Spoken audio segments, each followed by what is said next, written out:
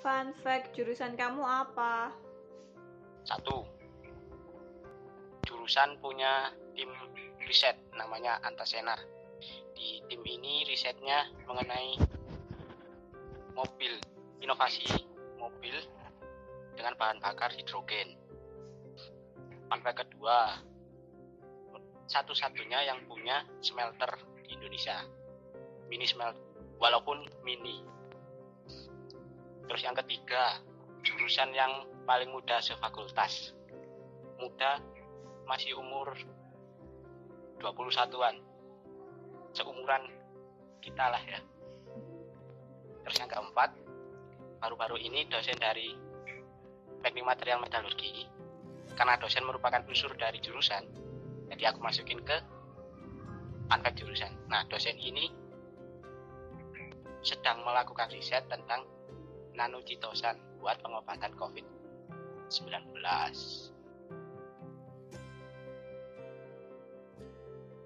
Assalamualaikum warahmatullahi wabarakatuh. Apa kabar kalian semua? Aku harap kalian semua baik-baik aja.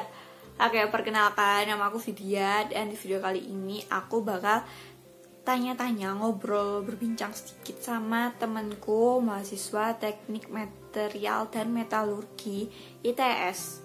Oke, kenapa sih kalian harus nonton ini sampai habis? Soalnya di sini tuh ntar kalian bakal dapat banyak ilmu tentang apa aja yang bakal kalian pelajari kalau kalian masuk jurusan ini, dan juga ada gambaran-gambaran prospek kerja dari mahasiswanya sendiri. Oke, langsung aja dilihat videonya. Jangan lupa di subscribe. Love you all. Halo, boleh perkenalan dulu nggak? Boleh. Assalamualaikum warahmatullahi wabarakatuh. Waalaikumsalam. Kenalin, nama aku Miftahul Arzak. Aku mahasiswa dari jurusan Teknik Material dan Metalurgi ITS angkatan 2018. Salam kenal. Salam kenal Mas Arzak. Oke, Mas Arzak itu mau tanya nih, ada apa sih di ITS? Yang spesial tuh apa dari ITS? Satu ya, banyak tim risetnya, kayak itu apa, inovasi kendaraan seperti apa itu, sapu angin, nogo gegeni, lowo ireng, terus Barunastra, Bayu Caraka, Antasena, banyak. Dan mereka MSCT. sering, ya itu, dan mereka sering juara di tingkat internasional. Di ITS itu juga punya asrama. Nah, tarif asrama ini cukup terjangkau bila dibandingkan dengan apa itu kos. Tapi hanya setahun. Nah, itulah. Terus di ITS itu banyak pohonnya, jadinya sejuk. Nah, kan kampus eko. ITS kan kampus eko. Sejuk ya? Nah, Gak pernah ngerasain habis ngelewatin Mamet ke FTK itu, gak ngerasain kamu. Nah, itu kan sebagian kecil dari ITS. Baru-baru ini ITS riset juga tentang robot buat apa itu, penanganan pasien COVID. Nah, robotnya ini udah ada di Rumah Sakit Erlangga sama Rumah Sakit Saiful Anwar. Mantap kan? Oh, baru tahu Saiful Anwar ada. Oke, mau tanya kuliahmu nih. Kuliahmu tahun pertama itu ngapain aja, Zak? Anggap aja adaptasi. Semester 1 itu adaptasi dari yang semula bareng keluarga terus, nah itu terus tinggal sendirian. Nah, semester 1 itu aku nggak ngapain, cuma fokus akademik sama UKM aja. Ikut UKM aja satu doang. Dan terus semester 2 ini mulai kayak ikut daftar apa gitu. Nah, itu aku daftar JMFI, Lembaga Dakwah Kampus. Sama udah sih, sama fokus akademik, sama UKM lanjut itu. Oh gitu. Itu sih. Oke. tahun pertama. Menurutmu apa aja sih yang harus dilakukan maba di tahun pertama itu? Gas saja, langsung aktif gitu. Kayak pengen ikut UKM, oke, langsung aja ikut UKM yang diinginkan, yang diminati. Nah terus kan kata dosen-dosen, kata kakak terus itu kan sering mungkin ikut kepanitiaan sama organisasi. Nah buat apa? Melatih soft skillnya kayak kepemimpinan dan lain-lain gitu. Nah mulai tahun pertama khususnya buat maba ini semester 2 biasanya udah banyak oprek-oprek kayak kepanitiaan gitu. Kalau misal minat ya udah gas aja langsung ikut gitu sih. Oke. Sama jangan lupa akademiknya tetap. Oke. Dari tahun pertamamu sendiri ya, kamu tuh ada yang disalin nggak di tahun pertama? Mungkin ada sih beberapa. Tak bagi aja ya semester 1. Semester 1 ini aku anggap kayak apa itu adaptasi lah ya, pembiasaan diri di lingkungan baru. Nah, itu karena fokusanku cuma akademik sama UKM. Nah di semester 1 itu pengennya apa yang aku sesali kurang aktif sih di UKM. Nah coba kalau dulu lebih aktif kan ya lebih mantap lah ya. Terus ini yang semester 2 ini apa udah banyak buka oprek kepanitiaan. Nah itu aku nggak ikut samsat. Terus apa semakin kesini kan aku tanya teman-temanku yang ikut. Nah ternyata banyak pengalaman yang mereka dapat gitu. Nah jadinya aku dulu kok kenapa nggak ikut, kenapa nggak daftar gitu. Itu sih. Oke. Balik lagi ke jurusanmu. Kamu di Mamet material dan teknik material dan metalurgi ITS itu belajar apa aja sih? Material metalurgi. Material ini kan bahasa pasarannya bahan kan ya. Nah material ini dibagi jadi 4, logam, keramik, polimer sama komposit. Nah komposit ini campuran dari 3 lainnya itu, mungkin dari 2 ataupun 3 itu. Nah di situ dipelajari dasar-dasarnya, misal logam, jenis-jenisnya, terus paduan-paduannya. Nah logam ini juga nyambung ke metalurginya. Di metalurgi ini juga dipelajari jenis-jenis logam, paduan-paduannya, terus sifat mekaniknya logam. Nah metalurgi ini pokoknya fokusnya ke logamnya. Nah bisa logam ferus ataupun non ferus. Nah terus di keramik itu udah di apa fokus keramik aja. Nah itu bisa macam-macam keramik, terus bahan penyusun keramik itu, terus sifat mekanik keramik juga banyak lah ya pokok. Terus cacat, nah semua hal tentang keramik itu dipelajari. Polimer juga gitu, macam-macam polimer, sifat fisik, sifat mekanik polimer, terus proses manufaktur polimer. Nah gitu. Nah komposit ini berhubung aku belum ngambil tahun semester 6 ini baru dibuka jatahnya semester 6. Nah mungkin aku kasih sekilas saja. Komposit itu campuran dari 2 atau 3 jenis, 2 atau lebih jenis material kayak logam sama polimer atau logam sama keramik. Nah dari situ di komposit ini nantinya yang diharapkan itu punya sifat yang gabungan dari bahan penyusunnya gitu. Terus misal Terus kan metalurgi, ada metalurgi ekstraksi sama metalurgi manufaktur. Nah, di ekstraksi ini kan mengekstrak bahan dari tambang itu, bahan mentah, raw material, jadi buat ngambil material yang diinginkan, misal biji nikel. Nah, dari biji nikel itu diambil nikelnya. Nah, gitu kan. Terus, nah di situ kan butuh termodinamikanya. Jadi termodinamika juga dipelajari. Berarti kamu lumayan bagus ya termodinamika ya. Termoku payah. Oke, kan dari tadi tuh kamu kayak dari semester 1 itu ngejarnya akademik kan, lebih ke akademik. Emang kan kuliah ke akademik. Selain dapat ilmu juga dapat IP yang bagus. Ya nggak, IP pasti bagus deh, percaya aku.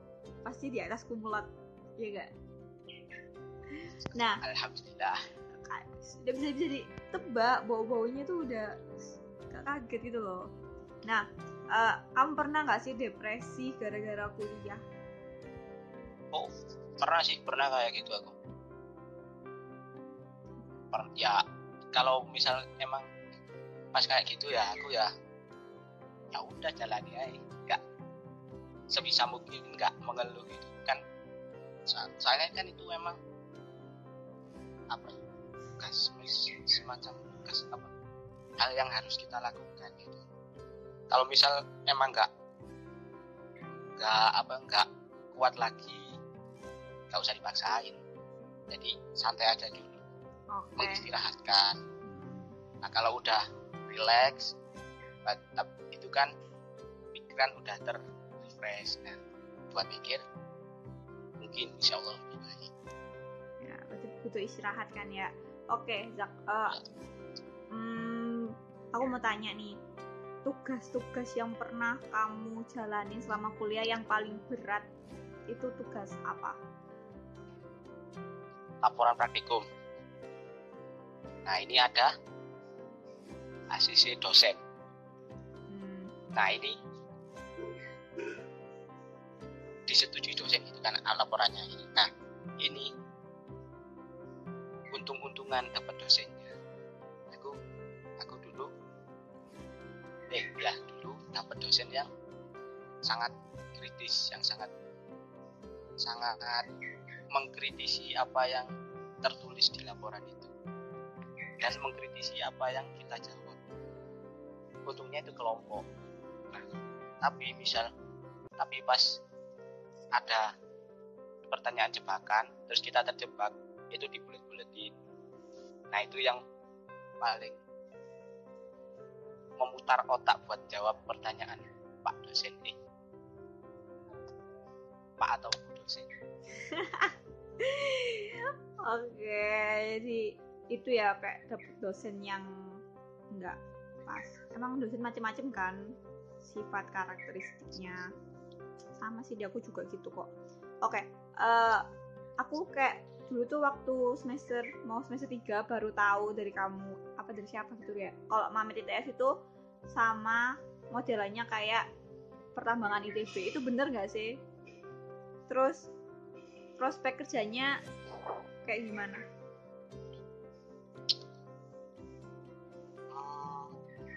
Aku gak banyak tahu ya tentang pertambangan ITB. Mungkin teknik pertambangan ya.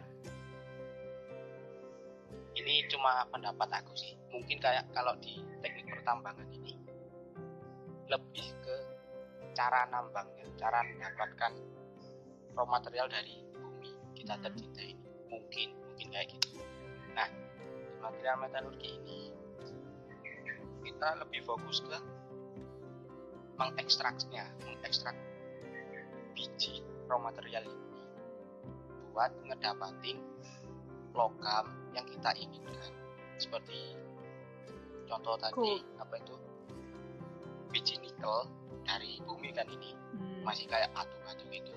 Nah, dari biji ini kita mengekstrak buat ngambil nikelnya yang kemurniannya mencapai 99%, misal gitu.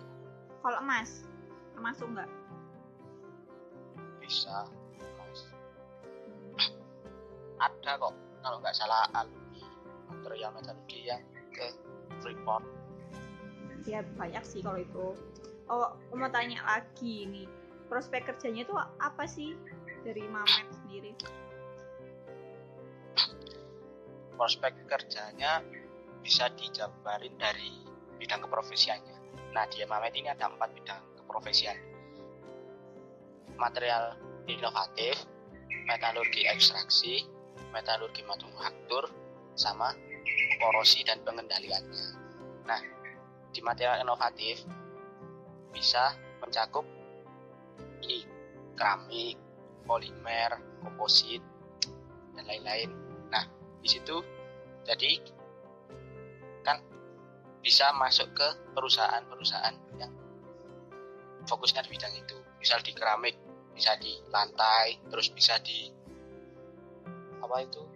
kapasitor, keramik advance, keramik lanjutan, keramik modern kan bisa jadi kapasitor. Terus bisa juga di situ. Terus ini polimer, pabrik ya, semacam pabrik plastik, pabrik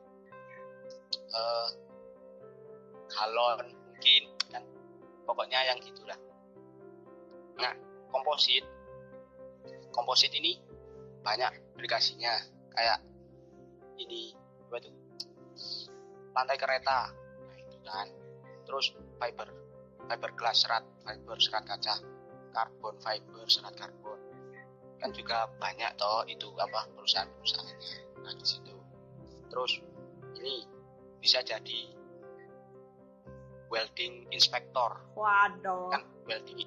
Yo. Welding ini kan las. Iya. Las. Welding kapal. Masuk di. Itu fokusnya kan kamu. Nah, metalurgi manufaktur kan. Nah, proses pengelasan kan masuk situ. Bisa jadi inspektornya. Tapi ya juga harus ini sertifikasi dulu. Biar ada lisensinya. Terus ini analisis kegagalan, failure analysis. Banyak toh pasti ada di perusahaan. Ya enggak? Ya, aku juga ada. Terus ini quality control bisa. Soalnya kan material metalurgi kayak orang yang desain sama yang kontrol. Nah, desain ini biar gimana susunannya, komposisinya biar sifatnya itu seperti yang kita inginkan, misal kuat, terus bulat, terus tangguh gitu kan. Terus kontrol, nah itu bisa memperkirakan patahnya, retaknya, itu juga dipelajari di metalurgi.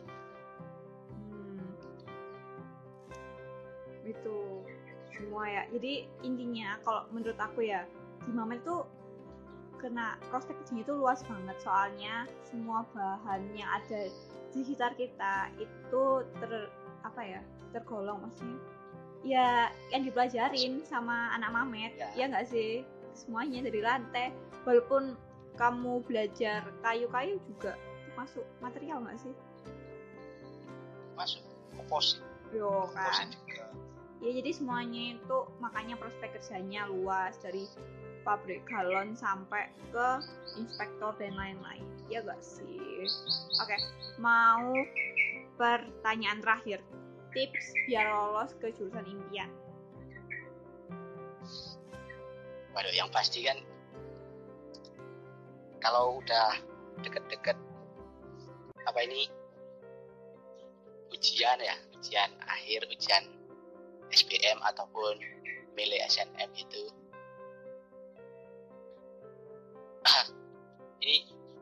ini SNM apa SBM ini? Dua-duanya general. Kalau misal SNM, nggak ada yang hal khusus sih. Kalau misal milih buat SNM ini, ya pilih aja yang diminati. Kalau dan juga agak dipikirkan ke depannya.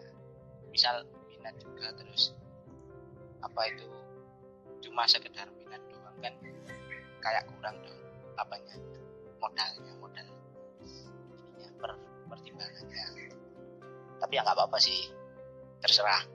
Terus misal buat tes gitu ya udah disiapin aja yang sebaik-baiknya, sama doanya dimempengkan, digencarkan, ya